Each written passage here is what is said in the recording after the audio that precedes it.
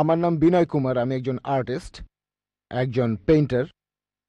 আপনাকে আমি একটা প্রশ্ন করব যে আপনার ওয়েবসাইটে দুইটা যুক্তি দেখিয়েছিলেন যে মোহাম্মদ বাইবেল থেকে কিছু কপি করেননি অথবা অন্য কোনো বই থেকেও কপি করেননি।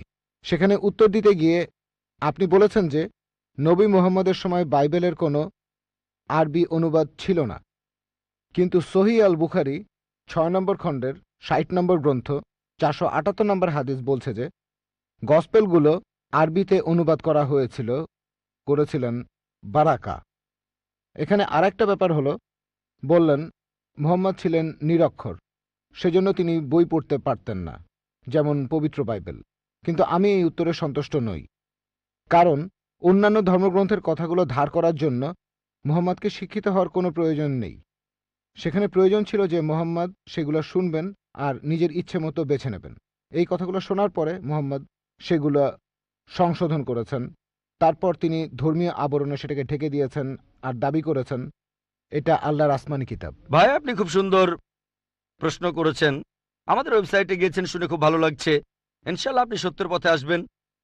আমার ধারণা আপনি খ্রিস্টান। আপনার নাম হলো বিনয় কুমার, মনে হচ্ছে আপনি খ্রিস্টান। ভাই বললেন আমি দুটো যুক্তি দেখিয়েছি। দুটো না, অনেকগুলো যুক্তি দেখিয়েছি। আপনি বেছে নিয়েছেন দুটো। না না, ঠিক আছে, আপনার চোখে পড়েছে ওই দুটো। তবে আমি দুটো যুক্তি দেখাইনি, এই দুটো ছাড়াও আরো যুক্তি দেখিয়েছি। একটা যুক্তি দেখিয়েছিলাম যে নবীজি সাল্লাল্লাহু আলাইহি সাল্লাম ছিলেন উম্মি। আল্লাহ পবিত্র কোরআনে বলেছেন, সূরা আনকাবুতের ৪৮ নম্বর আয়াতে উল্লেখ করা হয়েছে যে আমি সর্বশেষ নবীকে পাঠিয়েছি নিরক্ষর, যাতে করে মিথ্যাচারীরা কোন রকম সন্দেহ পোষণ না করে। এটা অবশ্যই মানবেন। একজন নিরক্ষর অন্যজন পড়তে পারে, নিরক্ষরের জন্য কাজটা কঠিন, এটা অবশ্যই মানবেন। কি বলেন? আরো কঠিন? কঠিন হবে। আর যে লোক পড়তে পারে তার পক্ষে নকল করা সহজ কাজ। সে পড়তেও পারে, শুনতেও পারে। যে মানুষটা নিরক্ষর সে শুধু শুনতে পারে। তাহলে তর্কের খাতিরে অন্তত পক্ষে এটুকু মেনে নেবেন, কাজটা কঠিন, এটা মানেন? ভালো, মাশাআল্লাহ। তাহলে আমি এই পয়েন্টগুলো বলেছিলাম, এটা একমাত্র পয়েন্ট না, অনেকগুলো পয়েন্টের মধ্যে এটা হচ্ছে একটা। এরপরে আরো পয়েন্ট আছে। আরেকটা কথা, আপনি বললেন আমি বলেছি তখন বাইবেলের আরবি সংস্করণ ছিল না। আমি এখনো সে কথাই বলছি। আপনি বলেন সহিহ বুখারীর ৮ নম্বর খণ্ডে আছে যে বারাকা, হ্যাঁ, গসপেল সম্পর্কে তিনি জানতেন। কোথাও বলা নেই তিনি অনুবাদ করেছিলেন। ভাই, আমি চ্যালেঞ্জ করছি, আপনাকে চ্যালেঞ্জ করছি। আমি খ্রিস্টানদের কথাই বলছি। প্রথমবার বাইবেল লেখা হয়েছিল সেটা ছিল ১০ম শতাব্দীতে। তার মানে খ্রিস্টান বিশেষজ্ঞরা অনেক দেরি করে লিখেছেন। আর বাইবেলের প্রথম আরবি অনুবাদ সেটা নবীজির কয়েকশো বছর পরের কথা। হ্যাঁ, বারাকা তিনি আসলে ছিলেন বনি ইসরাইল। তিনি খ্রিস্টান ধর্ম সম্পর্কে সে সময় জানতেন, আরবিও জানতেন। তিনি আসলে অনুবাদ করেননি, হয়তো কিছু নোট লিখেছিলেন, তবে পুরো বাইবেলের অনুবাদ অসম্ভব। সহিহ বুখারী কোনো জায়গাতেই বলছে না যে বারাকা পুরো বাইবেল অনুবাদ করেছে। আপনাকে চ্যালেঞ্জ করছি। এটা বলা আছে যে বারাকা তখন খ্রিস্টানদের আইন আর গসপেল সম্পর্কে জানতেন, হয়তো কিছু নোটও লিখেছিলেন। যদি যদি যদি সালমান রুশদির কথা তো শুনেছেন, সালমান রুশদির বইতেও কোরআনের আয়াত আছে, কিন্তু বইটাকে তো কোরআন বলা যাবে না। সালমান রুশদি বই লিখেছিল পবিত্র কোরআনের বিরুদ্ধে। তার সে বইতে পবিত্র কোরআনের কিছু আয়াতও ছিল, তার মানে এই না যে সেটাই কোরআন। এছাড়াও অনেক লেখক, যেমন আমি অনেক বই লিখেছি, তারপর সেখানে কোরআনের কিছু আয়াতও দিয়েছি। সেই বইগুলোতে Quran and modern science, women's right in Islam, এই বইগুলো কোরআন না। এটা বলতে পারবেন না যে ডক্টর জাকির নায়েক কোরআনের অনুবাদ করেছেন। আপনারা আমাদের ওয়েবসাইটে গেলে দেখতে পাবেন ডক্টর জাকির নায়েক বই লিখেছেন কোরআন এন্ড মডার্ন সায়েন্স। সেখানে অনেক আয়াতের উদ্ধৃতি দিয়েছি। সেটাকে অনুবাদ বলবেন না, এটা তো উদ্ধৃতি। আর এছাড়াও বললেন যে নবীজি মুহাম্মদ সাল্লাল্লাহু আলাইহি সাল্লাম ভুলগুলো শুধরে নিয়েছেন। আচ্ছা, আপনার পয়েন্টটা খুব সুন্দর। আমি একটা লেকচার দিয়েছিলাম, Bible and Quran in the light off science. সেখানে প্রমাণ করেছিলাম যে বাইবেলের অনেক বৈজ্ঞানিক ভুল আছে। যেমন ধরেন বুক অফ জেনেসিসের ১ নম্বর অধ্যায়ে আছে, বলা হয়েছে এই বিশ্বজগৎ তৈরি হয়েছে ২৪ ঘন্টার হিসেবে ৬ দিনে। বলা হয়েছে যে চাঁদের আলো তার নিজস্ব আলো। জেনেসিসের প্রথম অধ্যায় ১৬ থেকে ১৯ অনুচ্ছেদ বলা হয়েছে যে সূর্য সৃষ্টি হয়েছে পৃথিবী সৃষ্টির পরে, পৃথিবী সৃষ্টি হয়েছে ৩য় দিনে, সূর্য ৪র্থ দিনে। এরকম আরো অনেক আছে। আপনি যদি বলেন নবীজি এগুলো নিয়ে শুদ্ধ করেছেন, যেমন চাঁদের যে আলো সেটা তার নিজস্ব আলো না, প্রতিফলিত আলো, পবিত্র কোরআনে সূরা ফুরকানের 61 নম্বর আয়াতে উল্লেখ করা হয়েছে যে চাঁদের আলো প্রতিফলিত আলো। কোরআন বলছে বিশ্বজগৎ সৃষ্টি হয়েছে 6টা আইয়ামে, 6টা লম্বা সময়কাল। আপনি কি তাহলে বলছেন নবীজি এই কথাগুলো শুদ্ধ করে নিয়েছেন? তিনি কি বিজ্ঞানী ছিলেন? না, এটা আল্লাহর আসমানি কিতাব। আমার পুরো লেকচারটা শোনেন, লেকচারের অংশবিশেষ শুনেই আমার কোনো একটা কথা নিয়ে মন্তব্য করবেন না। পুরো লেকচারটা আগে শোনেন। সেখানে আমি বলেছি যদি আপনার কথা মেনেও নেই, তর্কের খাতিরে যে বাইবেল থেকে নকল করেছেন তারপর শুদ্ধ করেছেন, কোন মানুষের পক্ষে কি এটা সম্ভব? 1400 বছর আগে বাইবেলের সবগুলো ভুল শুদ্ধ করবেন তিনি? সবগুলো ভুল শুদ্ধ করবেন? এটা অসম্ভব, অসম্ভব। এতে প্রমাণ হয় যে তিনি এটা লেখেননি, এটা লিখেছেন আমাদের স্রষ্টা আল্লাহ তাআলা। আশা করি উত্তরটা পেয়েছেন। হ্যাঁ ভাই, প্রথমে আপনার নামটা বলেন। আসসালামু আলাইকুম, আমার নাম ময়ূর। আমার এক অমুসলিম বন্ধুর পক্ষ থেকে একটা প্রশ্ন করতে চাচ্ছি। এটা আমার প্রশ্ন না, সে মাইকের সামনে আসতে লজ্জা পাচ্ছে। আমি কি প্রশ্ন করব? আপনার নামটা কি বললেন? ময়ূর। আমি মুসলিম হয়েছি, তবে এই প্রশ্নটা আমার এক অমুসলিম বন্ধুর। সে মাইকের সামনে আসতে চাচ্ছে না, তাই যদি অনুমতি দেন। আসসালামু আলাইকুম। এই প্রশ্নটা হলো, জাকির ভাই যেসব ভবিষ্যৎবাণীর কথা বলেছেন, এমন কি হতে পারে এই ভবিষ্যৎবাণীগুলো পরে কেউ লিখেছে পৃথিবীর বিভিন্ন ধর্মগুলোতে, যাতে করে ইসলাম ধর্মকে অন্য উপায়ে প্রচার করা যায়? ভাই খুব সুন্দর প্রশ্ন করেছেন। এটা কি সম্ভব যে এই ভবিষ্যৎবাণীগুলো সব ধর্মগ্রন্থে পরে কেউ লিখেছে? এটা কি হতে পারে? হ্যাঁ, হতে পারে। যদি পরে কেউ না লেখে, যদি ধর্মগ্রন্থটা বিশুদ্ধ হয়, তাহলে মানবেন যে এটা আল্লাহর বাণী, তাহলে নবীজিকেও মানবেন। যদি বলেন পরে কেউ লিখেছে, তার মানে আপনার ধর্মগ্রন্থ অশুদ্ধ, সেটা বাদ দিতে হবে। আপনার ধর্মগ্রন্থ বাদ দিলে একমাত্র বিশুদ্ধ ধর্মগ্রন্থ এই পবিত্র কোরআন। দুভাবেই উত্তরটা হলো কোরআন। হেড আমি জিতবো, টেল আপনি হারবেন।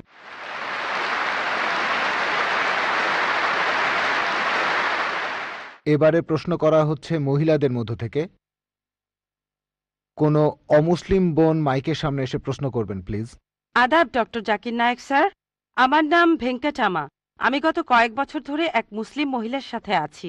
আমার প্রশ্নটা হলো, সবাই বলে কোনো ধর্মই খারাপ কথা বলে না, কিন্তু মুসলিমরা কেন অন্য ধর্মের লোকদের ইসলাম গ্রহণ করতে বলে?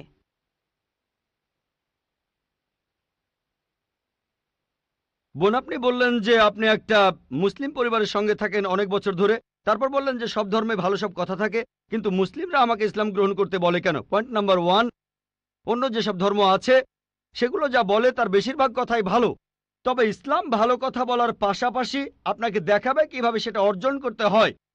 আমি উদাহরণও দিয়েছি। সব ধর্মই বলে চুরি করো না, ইসলাম একই কথা বলে, তবে ইসলাম দেখিয়ে দেয় কিভাবে সেই অবস্থানে যাবেন যেখানে কেউ চুরি করে না। জাকাত দেন, সাহায্য করেন, এরপর কেউ চুরি করলে তার হাত কেটে ফেলেন, তাহলে চুরি করা বন্ধ হয়ে যাবে, কোনো অপরাধ থাকবে না। এজন্যই আমি বলেছিলাম যে ইসলাম ভালো কথা বলার পাশাপাশি আপনাকে দেখিয়ে দেবে কিভাবে সেটা অর্জন করতে হয়।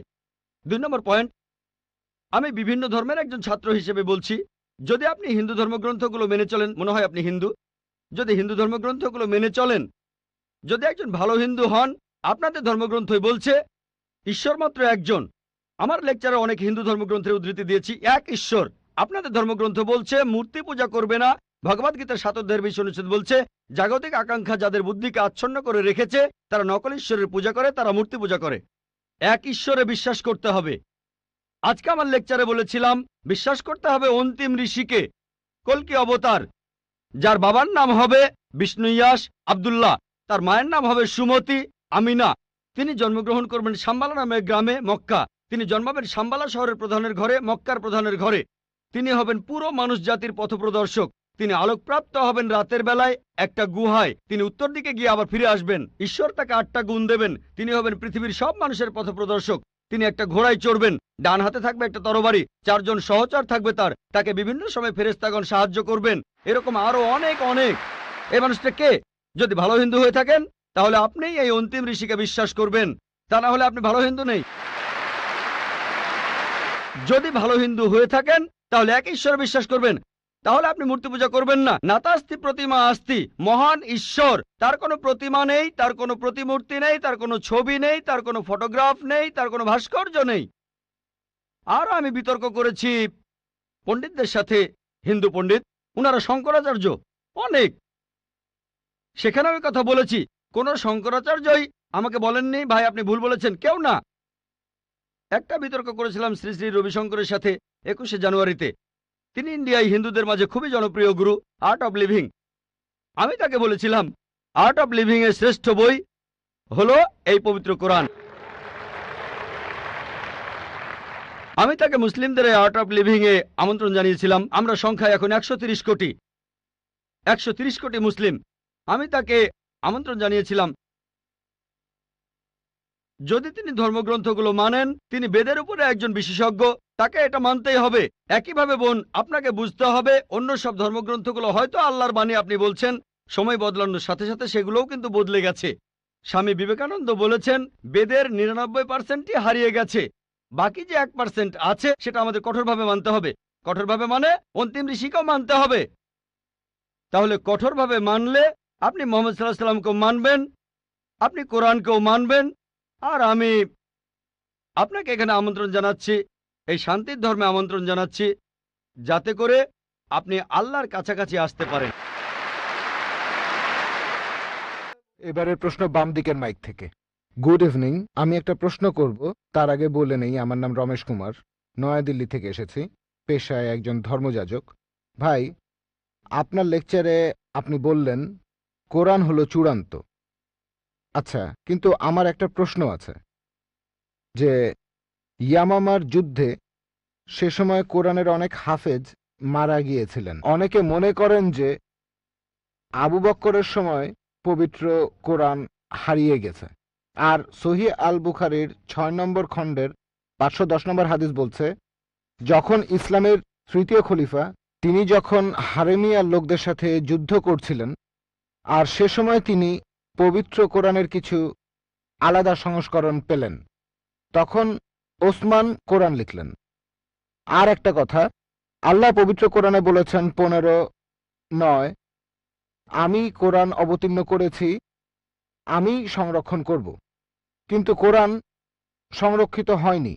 আমি জানতে চাই যে কোরআন কখন বিকৃত হয়েছে, কেন বিকৃত হয়েছে, কোথায় বিকৃত হয়েছে, কে এটাকে বিকৃত করেছে, কখন বিকৃত হয়েছে। প্লিজ মন্তব্য করেন। ভাই, আপনি প্রশ্ন করলেন, আপনি পবিত্র কোরআনের সূরা হিজরের 9 নম্বর আয়াতের উদ্ধৃতি দিলেন, যেখানে আল্লাহ তাআলা বলেছেন যে আমি কোরআন অবতীর্ণ করেছি আর আমি সংরক্ষণ করব। তাহলে কোরআন বলছে যে কোরআন বিকৃত হয়নি, আল্লাহ বলেছেন কোরআন বিশুদ্ধ। তাহলে সহিহ বুখারী কেন বলছে যে কোরআন হারিয়ে গেছে? হযরত আবু বকরের সময়ে তৃতীয় খলিফা হযরত ওসমান আসলেন, তিনি কোরআনের অনেক সংস্করণ পেলেন, তারপরে এটা কিভাবে হলো? ভাই, সহিহ বুখারী যে কথাটা বলছেন সেটা ঠিক, যেটা হযরত ওসমান রাদিয়াল্লাহু আনহু পেয়েছিলেন সেটা বিভিন্ন বাচনভঙ্গি। যেমন ইংরেজি ভাষায় দেখবেন অনেক বাচনভঙ্গি আছে। একই ইংরেজি সাউথ ইন্ডিয়ানরা একভাবে বলে হোয়াট ইজ ইউর নেম, কোন ইংরেজ লোক হোয়াটস ইউর নেম। হায়দ্রাবাদীদের বাচনভঙ্গিটা আলাদা, আমি সেভাবে বলতে পারবো। হিন্দি স্টাইলটা একরকম। আমার স্ত্রী বলছিল যে তুমি হায়দ্রাবাদী স্টাইলে লেকচার দাও না কেন, উর্দু স্টাইলে। নাকো। বোম্বেতে আমরা নাকো বলি না, বোম্বেতে আমরা বলি আয়েঙ্গা, খায়েঙ্গা, জায়েঙ্গা, পিয়েঙ্গা। একবার আমাকে বোম্বের এক ভাই বলেছিলেন আয়েঙ্গা জায়েঙ্গা ছিল আসলে গতকাল। তাহলে এক এক জায়গার বাচনভঙ্গি হচ্ছে এক এক রকম। সেই একইভাবে হযরত ওসমানের সময়ে আরবি ভাষায় হযরত ওসমান দেখলেন অনেক বাচনভঙ্গি।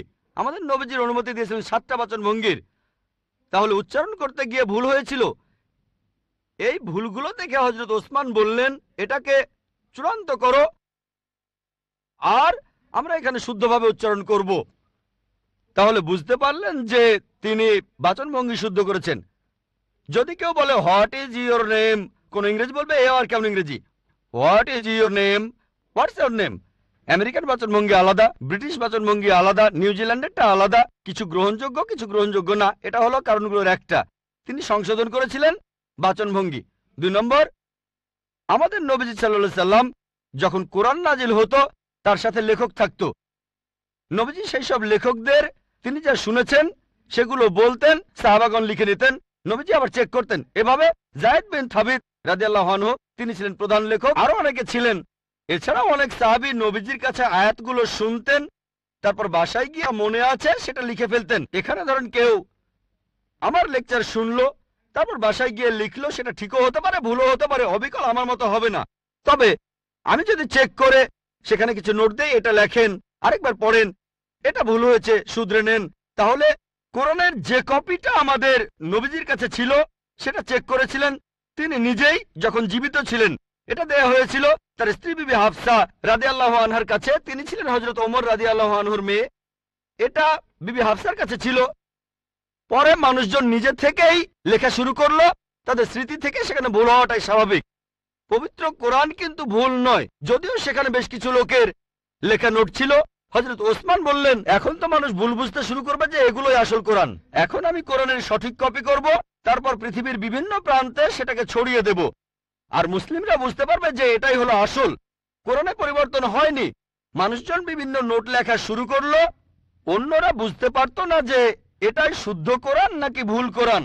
আর তৃতীয় খলিফা হযরত ওসমান রাদিয়াল্লাহু আনহু তিনি কি করলেন, একটা কমিটি বানালেন সাহাবাগণকে নিয়ে, তারপর অরিজিনালটা থেকে কপি করলেন আর পৃথিবীর বিভিন্ন প্রান্তে ছড়িয়ে দিলেন। এরকম একটা কপি আছে এখনো তাশখন্দে। এছাড়া তুরস্কের কপটাকে মিউজিয়ামে যদি পরীক্ষা করেন অবিকল একই কথা। এছাড়াও হাফেজরা আছেন, কোরআনের সব কপি পুড়িয়ে ফেললেও পৃথিবীতে হাজার হাজার হাফেজ আছেন পবিত্র কোরআন যাদের হৃদয়ে আছে। যদি সব কপিও পুড়িয়ে ফেলেন, কথার কথা, তারপরে এই যে হাফিজগণ আছেন তারা আবারও কোরআনের কপি তৈরি করতে পারবেন। আশা করি উত্তরটা পেয়েছেন। কোনো অমুসলিম বোন? গুড ইভিনিং স্যার, আমার নাম সুতপা সরকার। আমি পেশায় একজন শিক্ষিকা। আপনাকে আমি একটা প্রশ্ন করতে চাই। ইসলাম ধর্মে কর্ম আর মোক্ষলাভ সম্পর্কে কি বলা আছে, আর এক্ষেত্রে হিন্দু ধর্মের ধারণার সাথে পার্থক্যটা কি? বোন, আপনি প্রশ্ন করলেন ইসলামে কর্ম আর মোক্ষলাভ সম্পর্কে কি বলা হয়েছে। হিন্দু ধর্মগ্রন্থ অনুযায়ী কর্ম মানে কাজ, আমরা যে কাজগুলো করি, অ্যাকশন, এই কর্ম করতে হবে ধর্ম অনুযায়ী। আর হিন্দু ধর্মের বিশেষজ্ঞরা একটা দর্শনে বিশ্বাস করেন যেটাকে বলা হয় সংস্কারা, জন্ম আর মৃত্যুর চক্র, জন্ম আবার মৃত্যু, যেটা হলো আবার জীবিত হওয়া অথবা মানুষের আত্মার ভ্রমণ করার থিওরি। তারা বিশ্বাস করে আপনি যেরকম কর্ম করবেন, যদি ভালো কাজ করেন পরবর্তী জীবনে আপনি জন্মাবেন কোন উচ্চ স্তরে, যদি খারাপ কাজ করেন পরবর্তী জীবনে আপনি জন্মাবেন কোন নিচু স্তরে। যদি ভালো কাজ করেন আপনি মানুষ হয়ে জন্মাবেন, খারাপ কাজ করলে পশু হয়ে জন্মাবেন, হয়তো ইঁদুর হবেন, বিড়াল হবেন বা তেলাপোকা হবেন। আর সেখানে যদি কিছুই না থাকে, ভালো খারাপ কিছুই না থাকে, তাহলে মোক্ষ লাভ করবেন, জন্ম মৃত্যুর চক্র থেকে বের হয়ে আসবেন। এটা হলো হিন্দু ধর্মের বিশেষজ্ঞদের দর্শন। তবে বেদে এর কোনো রকম উল্লেখ নেই। বেদ হলো হিন্দুদের সর্বোচ্চ ধর্মগ্রন্থ, সেখানে উল্লেখ নেই। তারা বলতে চায় যে এই কথাগুলো ভগবদ গীতায় আছে। ভগবদ গীতায় বলা হয়েছে 2 নম্বর অধ্যায়ের 22 নম্বর অনুচ্ছেদে, যেভাবে একটা শরীর পোশাক বদলায় তারপরে নতুন পোশাক পরে, একইভাবে আত্মা নতুন শরীরে প্রবেশ করে। হিন্দু ধর্মগ্রন্থগুলোতে পুনর্জন্ম বলে একটা কথা আছে।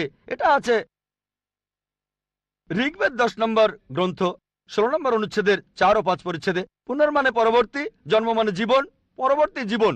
আমরা পরের জীবনে বিশ্বাস করি যে পৃথিবীতে একবার আসব, মাত্র একবারই আসব। আমরা পৃথিবীতে একবার আসব, আল্লাহর আদেশে মারা যাব, পৃথিবীতে একবারই আসব, একবারই মারা যাব, পরবর্তীতে আখিরাতে গিয়ে আবার জীবিত হব। তাহলে ইসলাম অনুযায়ী আমরা এই পৃথিবীতে একবারই আসব, তারপর আমরা আল্লাহর আদেশে কিয়ামতের দিনে আবার জীবিত হব। কাজের উপর নির্ভর করে বেহেশত বা দোজখে যাবেন, স্বর্গ বা নরকে। বেদ এমন কথাই বলছে, কিন্তু তারা এটা বোঝে না হিন্দু বিশেষজ্ঞরা যে কেন মানুষ জন্মায় বোবা হয়ে, জন্মায় অন্ধ হয়ে, কেউ গরিব হয়, আবার কেউ ধনী হয়, কেউ বা স্বাস্থ্যবান। ঈশ্বর তো কোনো অন্যায় করেন না। তাই তারা একটা দর্শন আনলো যে জন্ম মৃত্যু, আত্মার ভ্রমণ করে বেড়ানো। বেদের কোথাও এই কথার উল্লেখ নেই। এমনকি ভগবদ গীতাও এমন কথা বলছে, পুরনো পোশাক বাদ দিয়ে শরীর যেমন নতুন পোশাক পরে, একইভাবে আত্মা পুরনো শরীর ছেড়ে নতুন শরীরে যায়। একবার, আমার কোনো আপত্তি নেই, একবার মারা যাবেন, একবারই পুনরুজ্জীবিত হবেন। তবে ইসলামে এই প্রশ্নটার উত্তর রয়েছে। হিন্দু বিশেষজ্ঞরা এটা বুঝতে পারে না যে ঈশ্বর কেন এমন করবেন। কিছু মানুষ জন্ম থেকে বোবা, কেউ বা স্বাস্থ্যবান, কারো হার্টের সমস্যা, কেউ গরিব আবার কেউ ধনী। ইসলাম বলে, পবিত্র কোরআনের সূরা মুলকের 2 নম্বর আয়াতে উল্লেখ করা হয়েছে, আল্লাহ জি খালাকাল মাউতা ওয়াল হায়াতা, আল্লাহ সৃষ্টি করেছেন জীবন ও মৃত্যু তোমাদেরকে পরীক্ষা করার জন্য।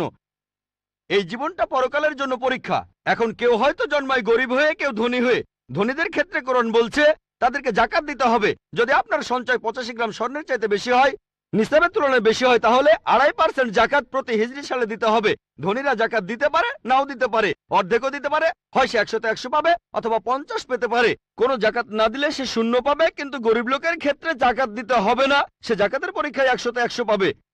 আমরা বলি এ তো গরিব লোক, কিন্তু গরিব জাকাতের পরীক্ষায় 100তে 100 পাবে, 100তে 100। আর আমাদের নবীজি বলেছেন ধনী লোকের জন্য বেহেশতে যাওয়া গরিব লোকের চাইতে কঠিন। ধনীরা ভাবতে পারে ও আমাকে এত জাকাত দিতে হবে, আমি দিতেও পারি আবার নাও দিতে পারি, সবচেয়ে ভালো কাজ হলেও সর্বোচ্চ পেতে পারেন 100তে 100। গরিব লোক এখানে পুরো নম্বর পেয়েছে। তাই এক একজনের পরীক্ষা এক এক রকম, কেউ বা স্বাস্থ্যবান, আবার কেউ হয়তো সে জন্ম থেকেই অসুস্থ। এটা আমরা মানি না যে আগের জন্মের পাপের কারণে কেউ অন্ধ হয়ে জন্মেছে, এটা পরকালের জন্য পরীক্ষা। এমন না যে সে পাপ করেছে, হয়তো এটা বাবা মায়ের জন্য পরীক্ষা।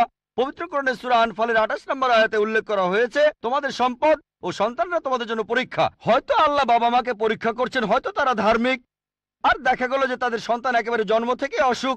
দেখে কেউ হয়তো বলবে আমি আল্লাহকে বিশ্বাস করি না, যারা ইমানদার তারা বলবে এখনো আল্লাহকে বিশ্বাস করি। আল্লাহ পরীক্ষা করছেন, যত কঠিন পরীক্ষা তত বড় পুরস্কার। হয়তো আল্লাহ তাদের দেবেন জান্নাতুল ফেরদৌস। ধরেন যদি গ্র্যাজুয়েশন পাশ করেন, আপনি হবেন বিএ, বিএসসি বা বিকম। যদি পাশ করেন এমবিবিএস, আপনি হবেন ডাক্তার। এমবিবিএস পাশ করাটা বিকমের চাইতে কঠিন। যত কঠিন পরীক্ষা তত দামি ডিগ্রি। আমরা মানি কেউই পাপী হয়ে জন্মায় না, প্রত্যেকে জন্মায় মাসুম হয়ে। কিন্তু হিন্দু দর্শন বলছে, বিশেষজ্ঞরা বলছে, ধর্মগ্রন্থ বলছে না, তারা বিশ্বাস করে যে এই পৃথিবীতে আসবেন, বারবার আসবেন, যদি ভালো কাজ করেন মানুষ হয়ে আসবেন, খারাপ কাজে পশু হয়ে জন্মাবেন। এ কথাটা বেদের কোথাও বলা নেই। আর আপনি যদি একটু চিন্তা করে দেখেন বোন, অপরাধের মাত্রা বাড়ছে না কমছে? বাড়ছে না কমছে?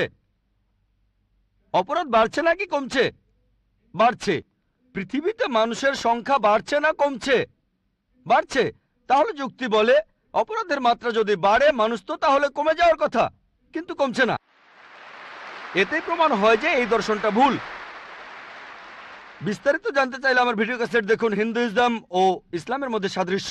আশা করি আপনার উত্তরটা পেয়েছেন। ওয়া আখিরি দাওয়ানা আলহামদুলিল্লাহি রাব্বিল আলামিন।